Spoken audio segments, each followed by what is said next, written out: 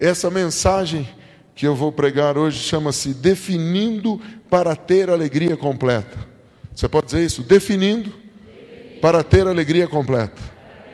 Essa mensagem tem duas partes. A primeira parte chama-se Quem pode te definir? Diga, quem pode me definir?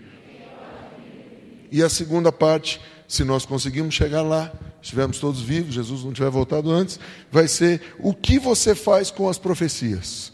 Diga, o que eu tenho feito com as profecias? Eu tenho entendido então que a gente está numa igreja que crê em Jesus, numa conferência profética. Então, vamos orar. Se somos crentes, amém? É o costume dos crentes. Diga, Senhor, seja o que o Senhor quiser. Em nome de Jesus, amém. Pronto, já oramos. Você já notou que a falta de definição faz com que ocorram problemas? Sim ou não? Quando nós não temos definição, os negócios são mal feitos. Por causa de uma vírgula, eu conheci um empresário que perdeu $400 mil pela interpretação do contrato de alguns milhões de dólares. Uma das parcelas ninguém pagou. Por causa da falta de definição, relacionamentos são quebrados. Por causa da falta de definição, o tempo é perdido. Por causa da falta de definição, pessoas perdem a própria vida. Pela falta de definição, um diagnóstico mal dado, com uma medicação errada, a pessoa morre. É verdade ou não é? Se há algo que nós precisamos, nesses últimos meses desse ano, de ter alegria completa, é isso? É o tema do ano aqui? É uma definição.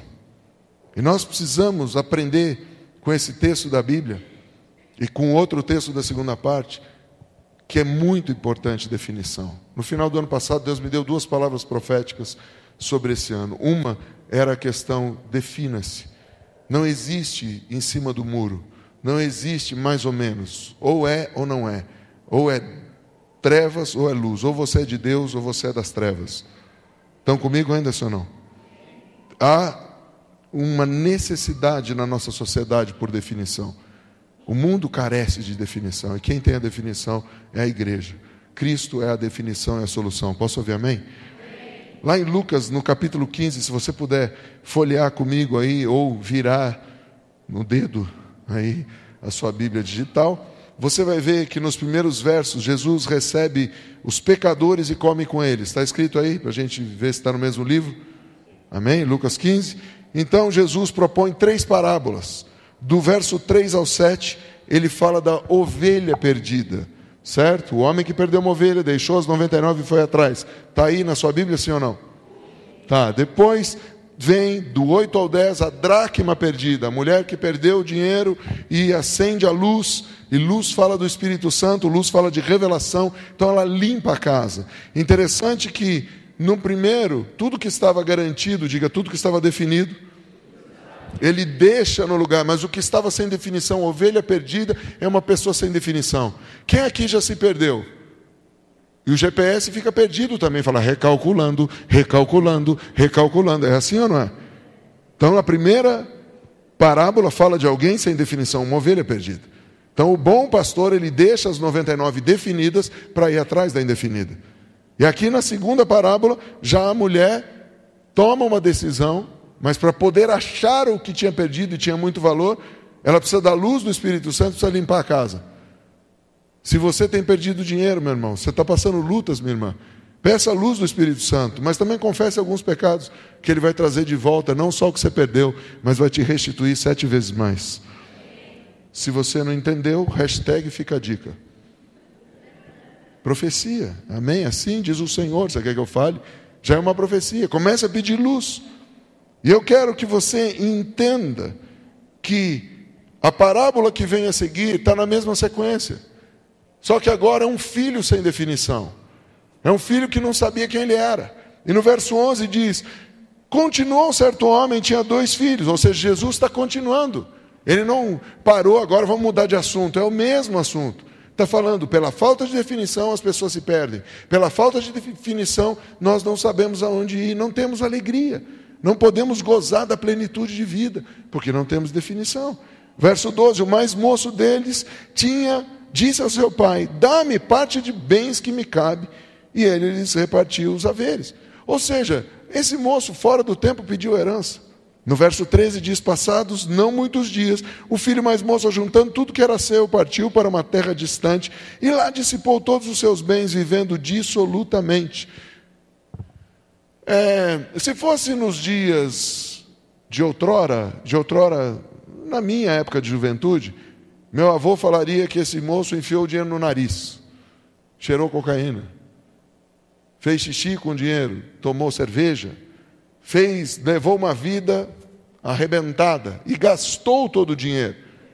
E não tinha definição. Ele pegou o dinheiro, mas ele não tinha uma definição, primeiro, de quanto valia aquilo.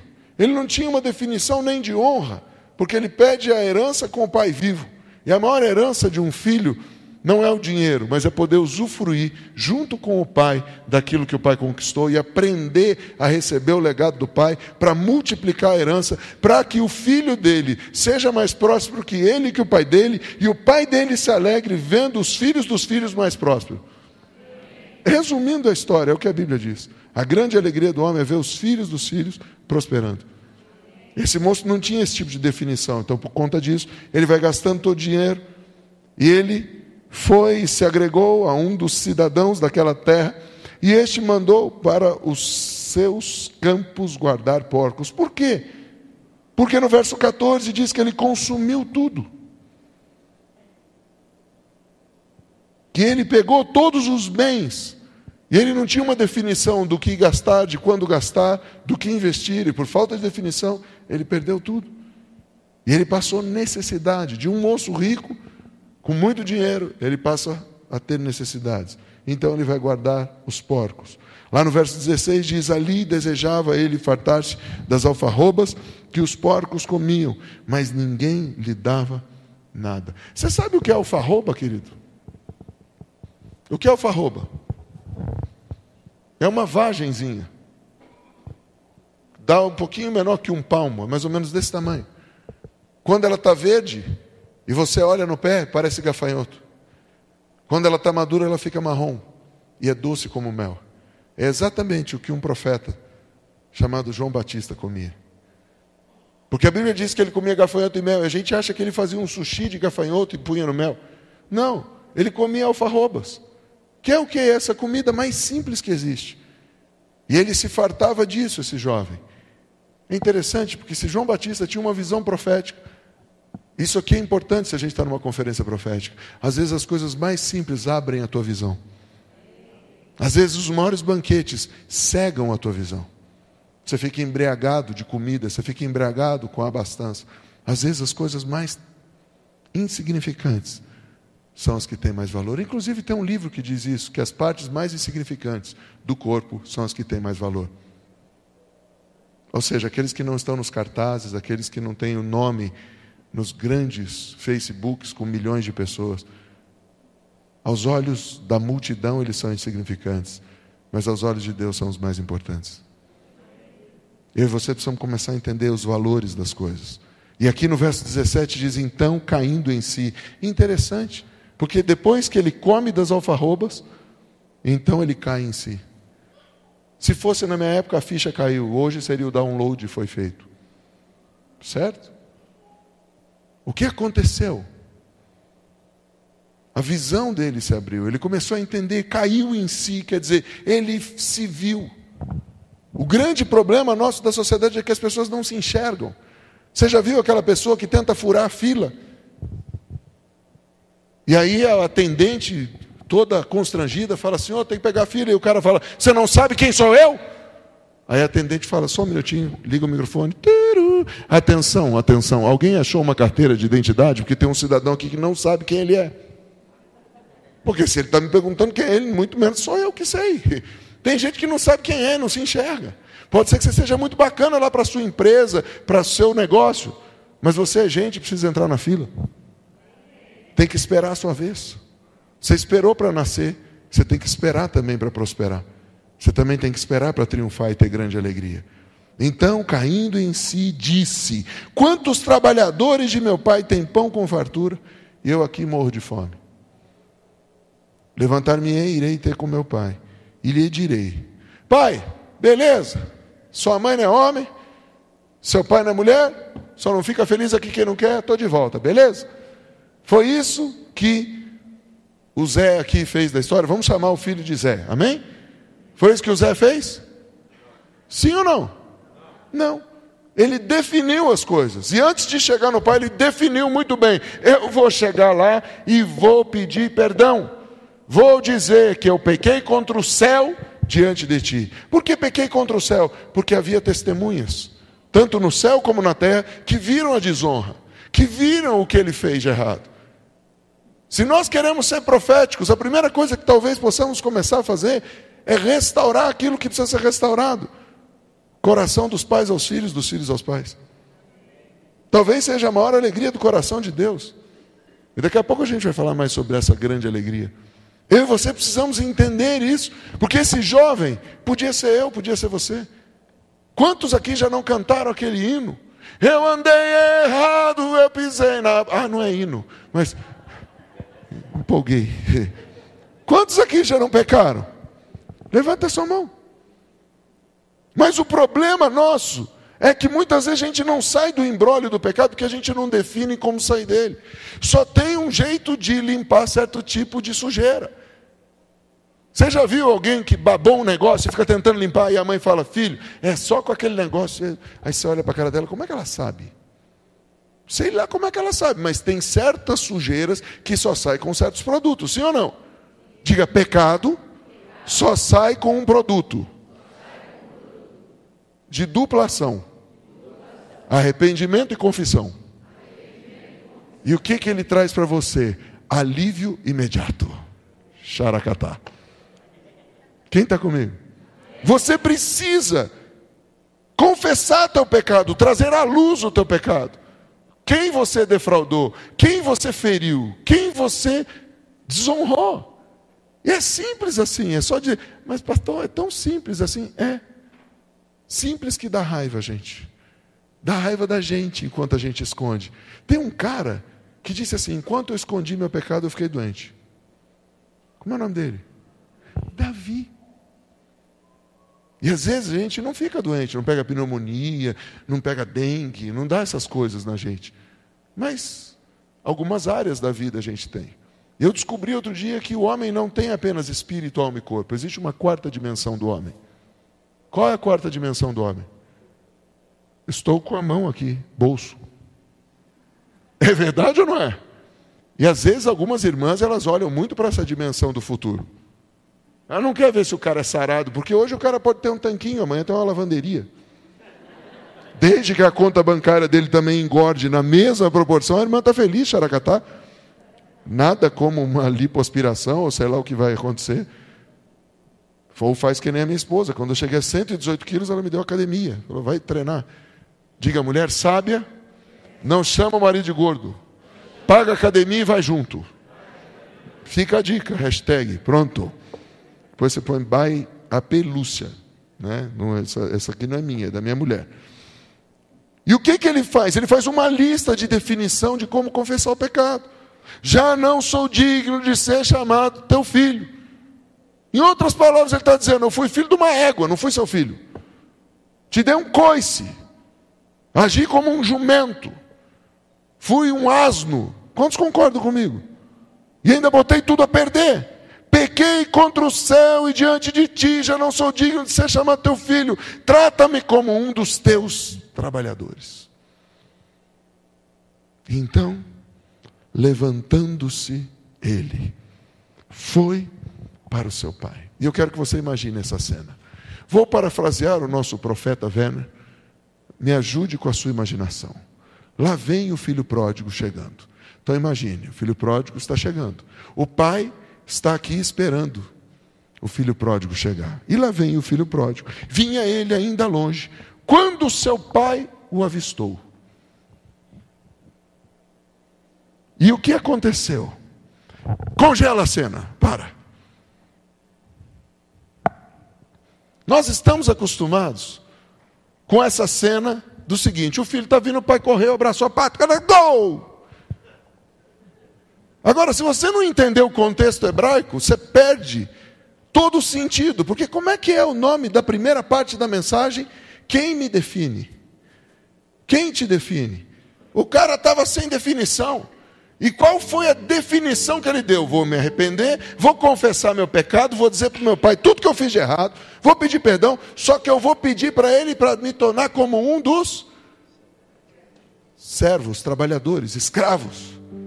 Então, agora em slow motion, lembra da história que você estudou do Brasil? Gente, eu amo estar num lugar assim, deu tudo certinho. Trem começou, vejo que és profeta. Lembra da história? Toda fazenda tinha a casa grande, diga a casa do pai, e tinha a senzala. Quantos estão comigo? Vocês estão entendendo essa cena? E era isso que acontecia. O menino estava voltando para casa, querendo pedir perdão para o pai, mas os olhos dele estavam na senzala. E quando ele chega na encruzilhada, porque a gente fala, o pai correu. Sabe por que o pai correu? Porque se o menino andasse por aquele caminho, duas coisas poderiam acontecer. Uma, ele ser apedrejado, porque ele tinha pecado. Alguém precisava cobri-lo. E a segunda coisa, ele ia se tornar escravo. Mas o pai, correndo, vem e não o deixa ir para a casa dos escravos, mas o abraça, o cobre, o envolve com o seu manto, dá um anel, dá um beijo. Foi isso que Deus fez. O dia que você se tocou, que você é pecador, eu fiz uma oração e falei, Deus, eu não sou digno nem de limpar a soleira da porta, mas se o Senhor me aceitar, eu estou aqui. Eu já fui muito além de tudo que eu imaginei que Deus podia dar para um crente. Eu fiz 3 noites uma mesma oração, falando, Deus, se o Senhor existe, muda a minha vida, porque eu já estou no inferno. E numa tarde chuvosa, entre a hora do almoço e o começo da tarde, dentro de um ônibus, uma mulher entrou e falou, filho, Deus manda orar por você. Naquele dia eu fui definido, não como escravo, mas como filho. Só um pai, só uma mãe pode te definir. Quando o pai beija o filho, não é só o beijo da aceitação, mas é o beijo da definição. Nesse primeiro momento agora, eu queria que você baixasse a sua cabeça e visse quais as áreas que você não tem bem definidas na sua vida. Áreas morais, sexual,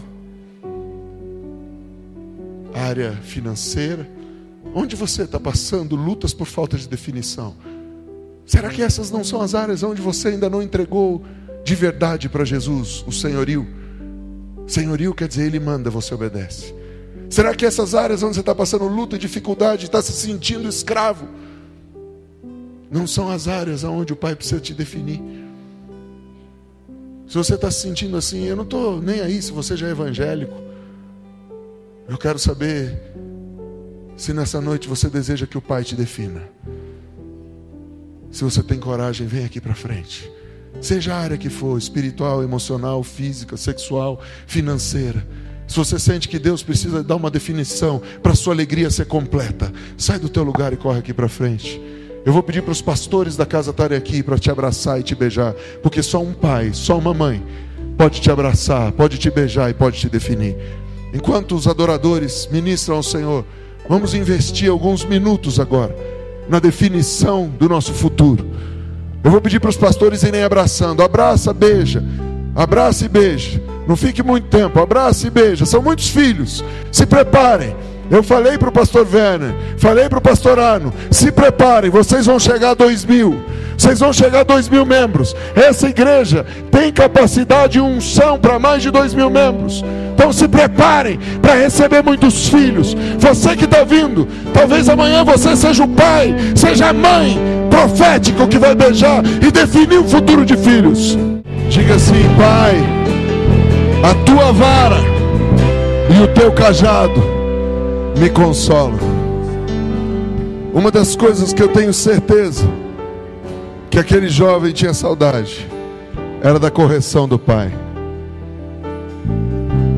Da correção do pai. Quando Jesus fala de João Batista, Jesus fala o seguinte: o que vocês foram ver no deserto?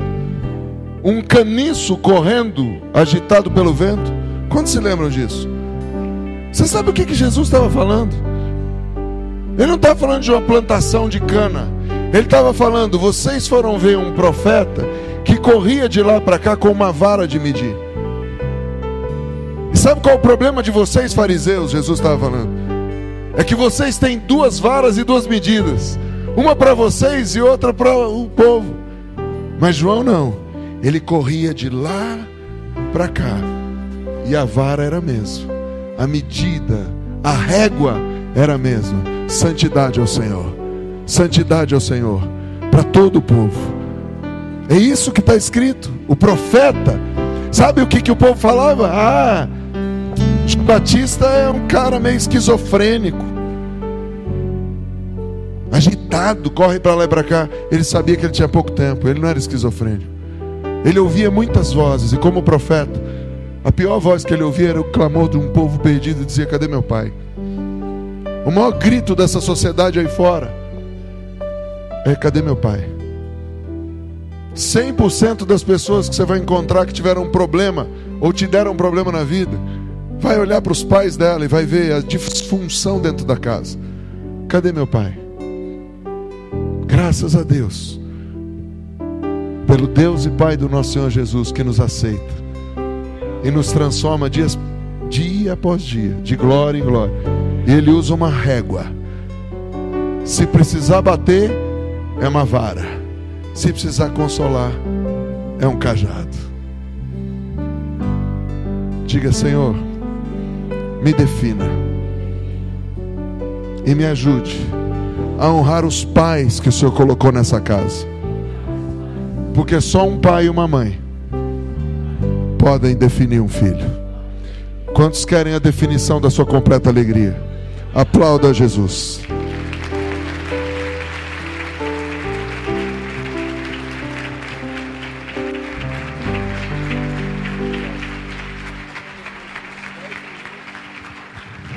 Você pode voltar para o seu lugar. Acabou a parte 1. Vamos para a parte 2. Repete: o que eu estou fazendo com a profecia? Queridos, se nós na parte 1 entendemos que só um pai nos define, quantos entenderam isso? Pessoas que nascem em famílias estruturadas têm uma chance muito maior de se dar bem na vida, porque os pais definem. Isso é uma lei que Deus criou. Os pais têm um poder de definição profético. Posso ouvir amém?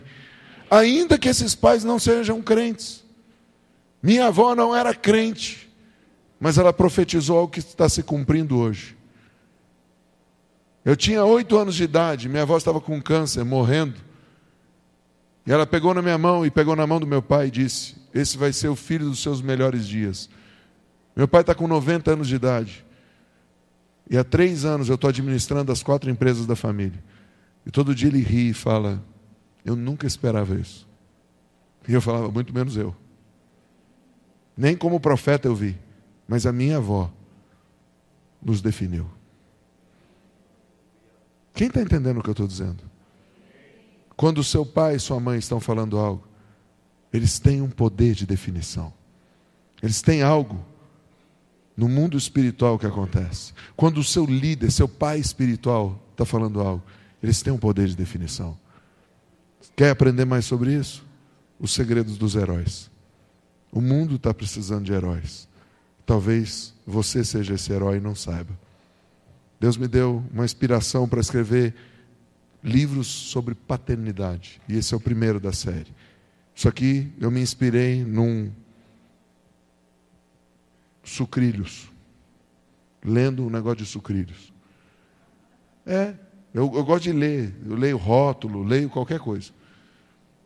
E lendo o negócio de sucrilhos, eu vi a história de um jogador de golfe chamado Tiger Woods. Já deu para entender que os sucrilhos despertam um tigre em você. Eles não me pagaram nada, mas um dia espero que paguem. E ali ele conta o segredo do sucesso dele. Quer saber? Compra o livro. Abre sua Bíblia em Deuteronômio, por favor. capítulo 20. O que nós vamos fazer agora na parte 2, espero ser mais breve do que a parte 1, porque depois você tem que trabalhar. Nós vamos ver, pela falta de cumprir aquilo que Deus mandou, o que acontece com as gerações e como os nossos filhos e netos podem sofrer. Em Deuteronômio capítulo 20, no versos 16 e 17, nós encontramos uma ordem, uma profecia, uma direção profética de Deus. Porém, das cidades dessas nações que o Senhor teu Deus te dá em herança, não deixarás com vida tudo que tem fôlego. Antes, como te ordenou o Senhor teu Deus, destruí-las-á totalmente, os heteus, os amorreus, os cananeus, os ferezeus, os heveus e os jebuseus. Amém? Depois vai para Números 33, por favor. Deus deu uma ordem profética, Deus deu uma direção profética. Lá em Deuteronômio, com quem Deus estava falando? Responde aí para mim. Com quem Deus estava falando em Deuteronômio 20? Se você teve curiosidade de ver.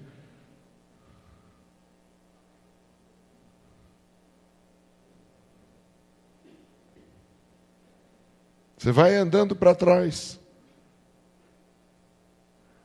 Deus tinha chamado a Moisés. E ele estava dizendo tudo o que tinha que acontecer. No capítulo 19 ele diz, quando o Senhor teu Deus eliminar as nações cuja terra, fala, uau, Deus vai eliminar as nações. Só que chega no 20, Deus fala, você vai matar. Você vai arrebentar, você vai destruir. Quando chega em Números, no capítulo 33, dos versos 51 ao 53, diz assim, fala aos filhos de Israel e dize-lhes, quando houveres passado o Jordão para a terra de Canaã, desapossareis de diante de vós todos os moradores da terra, destruireis todas as pedras com figura, e também todas as suas imagens fundidas, deitareis abaixo todos os seus ídolos, tomareis a terra em possessão e nelas habitareis, porque esta terra eu vou lá dei para possuídes. Deus estava dizendo, destrói tudo. Na primeira parte Deus fala, mata todo mundo, animal, gente. Por que Deus estava dizendo isso? Se você continuar lendo e fazer uma pesquisa, a Bíblia mostra que os descendentes desses caras lá para frente deram um baita de um problema para Israel. Vai comigo para Josué capítulo 13. Nós estamos numa conferência profética. Nós estamos falando de nossa alegria ser completa. E existem 3 vezes na Bíblia isso. A primeira vez na Bíblia é quando Jesus está dizendo, vocês não pediram nada ainda, pede para a sua alegria ser completa. As outras 2 estão lá na primeira carta de João. E aí, ele está dizendo o seguinte, esse é o verbo, esse é o Deus vivo, tá? E eu escrevo isso para que a sua alegria seja completa. E ele continua aí e fala, eu vou pessoalmente falar com vocês para que a sua alegria seja completa. Interessante que na primeira vez a alegria é completa, quando eu pedi o que eu tenho que pedir, eu não sei o que é, e só o Espírito Santo pode me ajudar. A segunda vez, a alegria é completa por causa da revelação da obra da cruz, de Jesus, quem Ele é. E a terceira vez, a alegria é completa quando os filhos espirituais estão com o Pai espiritual. Aqui tem um segredo para a alegria ser completa. Mas o que nós estamos falando agora é o que nós temos feito com a profecia, porque isso rouba a nossa alegria e rouba o destino dos nossos filhos. Em Josué capítulo 13 diz, era Josué, porém já idoso, entrado em dias, e disse o Senhor, já estás velho, entrado em dias. Gente, um ser que não tem idade, eterno, chamar outro de velho é porque o cara estava velho. Fala a verdade. Já imaginou Matusalém chegar para alguém e falar, você está velho, filhinho? Ô velho, meu Deus do céu, quantos anos tem o cara? Deus falou, já estás velho, já está velho, entrado em dias. E ainda muitíssima terra ficou para se possuir. Esta é a terra que ainda não está conquistada. As regiões dos filisteus, toda Jesus, desde Sior, que está defronte até o limite de Ecrom para o norte, que se considera como dos cananeus, 5 príncipes dos filisteus, o de Gaza, o de Asdod, o de Asquelon, o de Gate e o de Ecrom. Ao sul os aveus, também toda a terra dos cananeus, e Meara, que é dos sidônios, até a Feca, ao limite dos amorreus, e ainda a terra dos gibleus, e todo o Líbano, para o nascente do sol, desde Baal-Gade, ao pé do monte Hermon, até a entrada de Ramate, todos os que habitam nas montanhas, desde o Líbano até Misrefote-Maim, todos os sidônios, eu os lançarei de diante dos filhos de Israel. Reparte, pois, a terra por herança a Israel, como te ordenei. Distribui, pois, agora a terra por herança, as 9 tribos e meia, a tribo de Manassés, e com a outra meia tribo, os rubenitas e os gaditas, já receberam a sua porção e a sua herança da além do Jordão, para o Oriente, como já tinha dado Moisés, servo do Senhor. Começando com Aroé, que está à borda do vale de Arnon, mais a cidade que está no meio do vale, todo o planalto de Medeba, de Dibon, até Dibon, e todas as cidades de Seom, o rei dos amorreus, que reinou em Esbom, até o limite dos filhos de Amon, a Gileade, os limites dos Gessuritas e dos Maacatitas, e todo o monte Hermon, e toda Bazã, até Salca, todo o reino de Og, em Bazã, que reinou em Astarote e em Edrei, que ficou do resto dos gigantes, o qual Moisés feriu e expulsou. Porém os filhos de Israel não desapossaram os Gesuritas, nem os Maacatitas. Antes, Gesur e Maacate permaneceram no meio de Israel até o dia de hoje. Josué estava quando Deus deu a palavra profética.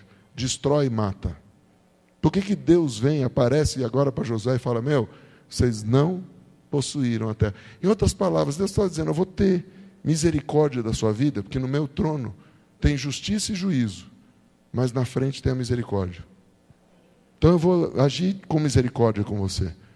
Mas você deveria, junto com o teu exército, ter matado todos esses caras. Estão comigo ainda, senhor não? E Deus disse, eu vou fazer isso. Mas falem para fazer isso, façam desse jeito. Você sabe o que quer dizer Jesus? Jesus quer dizer orgulho.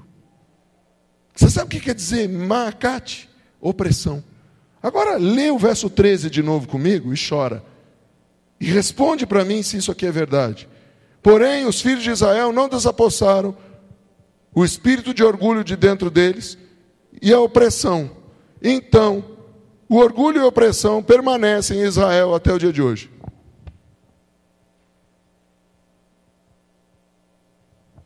Faz sentido isso aqui, sim ou não? Agora, por que isso aconteceu? Porque alguém não fez o que Deus mandou. Diga, só um pai pode me definir. Só uma mãe pode me definir.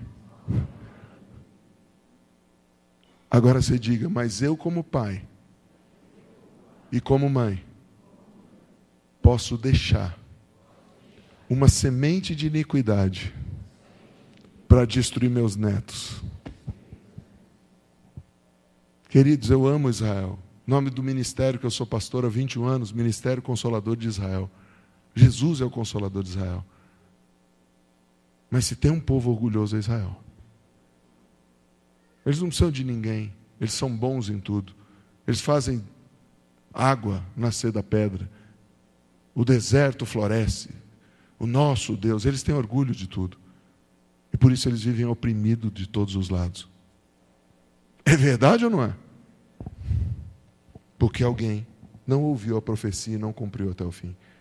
Essa é uma igreja profética. Essa é uma igreja profética. O que vocês têm feito com as profecias que Deus tem dado? Tem profecias que Deus só fala o que você tem que fazer. E Deus não vai fazer mais nada enquanto você não fizer o que você tem que fazer. Tem profecia que Deus fala que vai fazer, você não tem que fazer nada. Mas nas que você tem que fazer, Deus não faz. E se você não fizer, vai ter problema. E um dos piores problemas não está aqui. E é contra isso que a gente vai lutar nessa noite. Que problema é esse, Maurício? 2 nomes. No meio desses vales todos aqui, nasce uma mulher chamada Dalila, no vale de Seroque. E numa dessas 5 terras, num lugar chamado Gate, nasce um cara chamado Golias. Se Josué tivesse matado todo mundo que tinha que matar, nunca Sansão teria encontrado uma Dalila. E nunca Israel teria sido afrontado por 40 dias por Golias e aterrorizada anos e anos pelos filisteus. Quem está comigo? Porque a gente gosta de filosofar, fala, não, estava lá por propósito de Deus, por permissão de Deus. Não, não. Deus não queria que estivesse lá. Deus permitiu por causa da falta de obediência de Josué. Queridos, eu amo Josué, admiro Josué, é um dos caras que eu também quero abraçar lá no céu, perguntar como é que era o negócio. Porém, todas as coisas que aconteceram naquele caminho, segundo a palavra de Deus, através do apóstolo Paulo aos Coríntios, servem de aviso para eu não cometer os mesmos erros. Se eu não começar a destruir essas raízes dentro de mim, todos os dias, amanhã Dalila vai pegar meu filho, amanhã Golias vai pegar meus netos. Quem está comigo? Do que você está falando, Maurício? Eu estou falando da Bíblia. Porque a Bíblia fala de 2 cruzes. Diga na primeira, Jesus morreu por mim, para eu ir para o céu. Amém? Quantos aceitam Jesus? Amém, vai para o céu, pronto, a obra da cruz. Aleluia, pode aplaudir Jesus, é a obra da cruz.